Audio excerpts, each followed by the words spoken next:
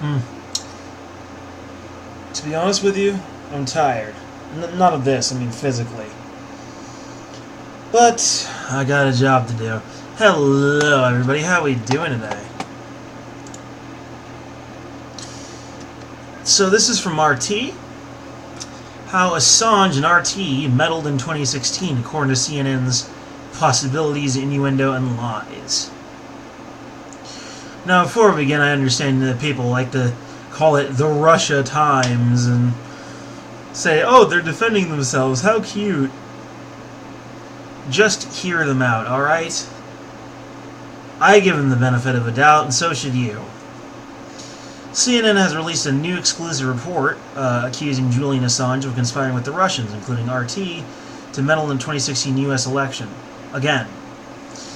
Citing a report compiled by a private Spanish security company, but not providing any of it, the network basically rehashed the entirety of the Russiagate conspiracy on Monday, painting a sinister portrait of WikiLeaks publisher Julian Assange, RT, and Russians, and world-class hackers that supposedly made the revelations of Democratic National Committee, or DNC, and Podesta emails happen during the 2016 election. It includes speculation, insinuation, selective quoting of special counsel Robert Mueller's report, and even an easily and repeatedly disproven lie about RT. Well, let's get into it, see what that is. First, here is a tweet by Marshall Cohen. It says, Scoop.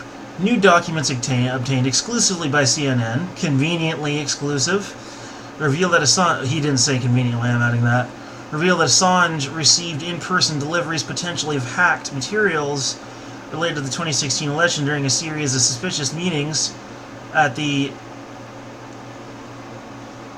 Ecuadorian embassy in London. Never seen it spelled out before.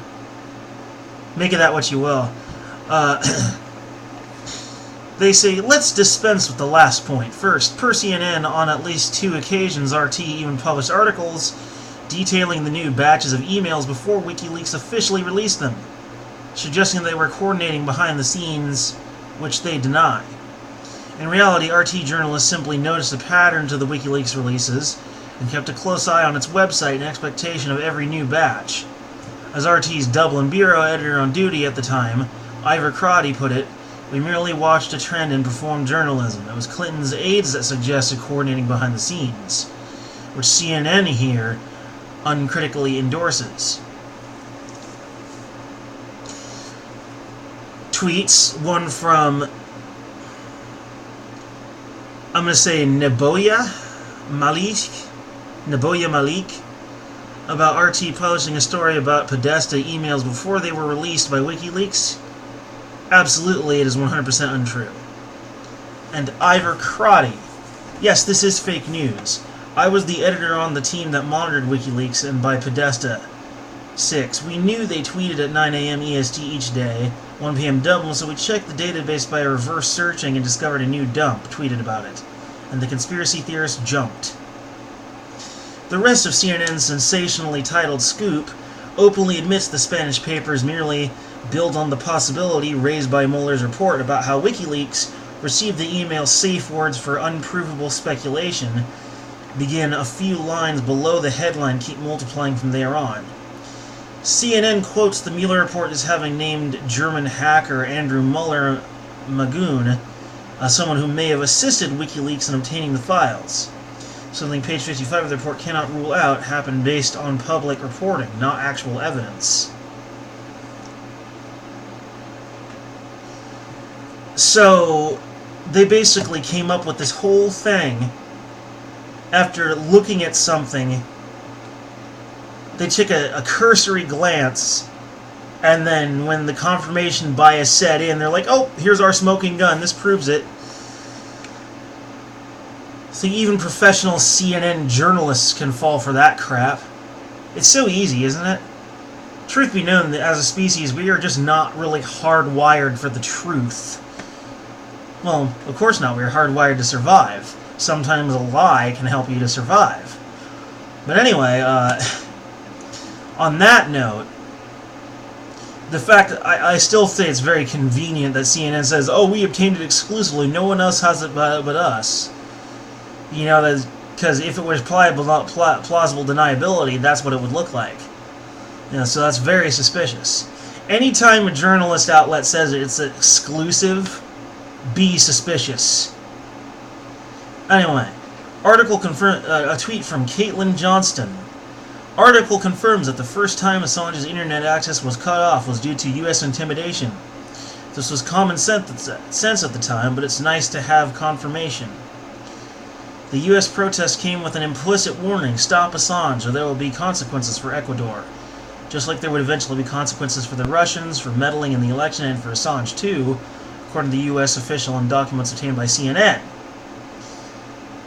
Also, Caitlin Johnston, none of the exclusive documents CNN claims to have are included in the report, which for an outlet with such an extensive record of lying about WikiLeaks as at CNN is obviously unacceptable. But even CNN's claim was about the documents saying nothing other than potentially.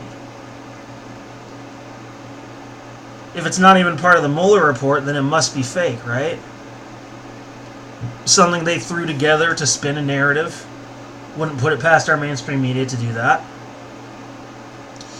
Throughout the story, the CNN authors seem almost incredulous that Ecuador allowed Assange, a political refugee, to have basic facilities like high-speed internet or the absence of 24/7 snooping, all of which he is portrayed as having exploited to undermine American democracy. Asange also had visitors, including a Russian national named Yana Maximova, who the authors never tracked down, but appear to assume her an insidious figure by the sole merit of her being Russian. Really quick, that's actually kind of racist.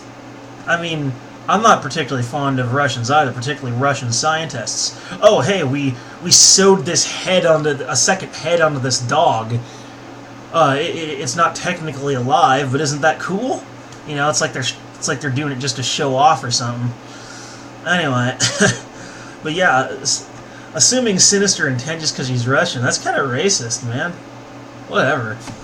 Anyway, and with senior staffers from RT, such as London Bureau Chief Nikolai Baga... That looks like Baga Chicken.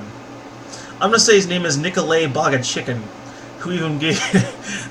if I could say it with a straight face.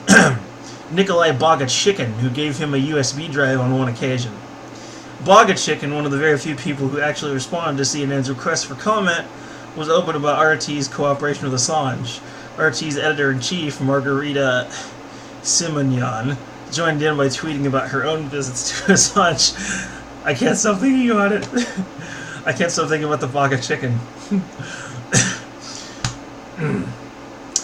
Margarita Simonyan joined in by tweeting about her own visits to Assange, and listing quite a few more things RT staff brought to him. Cassettes, floppy disks, flash drives, pieces of paper, technical equipment, candy. That's because RT hosted a show with Assange and widely advertised it both on air and online. It's hard to host a show without equipment, It was an awesome show. Can you Google it up yourself? Someone tweeted. CNN, meanwhile, repeated the literal smear, not substantiated by a single photo or video clip since Assange's arrest in April, that the journal smeared feces on the embassy walls. That he smeared feces on the embassy walls. What? Wrapping up the piece, CNN finds it sinister that the Russian government denounced the arrest as a violation of Assange's human rights and dignity. The ultimate proof that Assange still has allies in Russia. Yeah, it may be in their mind that proves he has allies, or maybe Russians are witnessing something they recognize as horrible and speaking out about it. Oh, what a thought that Russians could actually do something good in the eyes of CNN. Oh, God forbid. CNN's racist. They hate you if you're Russian. You hear that, David Duchovny? You have Russian ancestry. CNN hates you. They think you're a sinister agent of Vladimir Putin. But no, in all seriousness though, I think the real reason, honestly, in the end, why Julian Assange was arrested and why WikiLeaks was smeared is because it revealed certain uncomfortable truths that made the government look bad, and that's why they did what they did. They didn't want anyone possibly encouraging citizens to be expressing disgust for their government. And the conspiracy to get Julian Assange goes no further than that. It was simply about reputation. The government doesn't want you to know what they're really like. They don't want you to know that they're a bunch of borderline criminals who get away with basically anything and everything they want. That information that needs to be locked up tight like a gun in a cabinet. But, you know what, even if they cover it up, after a while it still becomes obvious when you've got them bickering like little children on TV all the time. So, it really doesn't matter at this point. Pretty much everybody knows.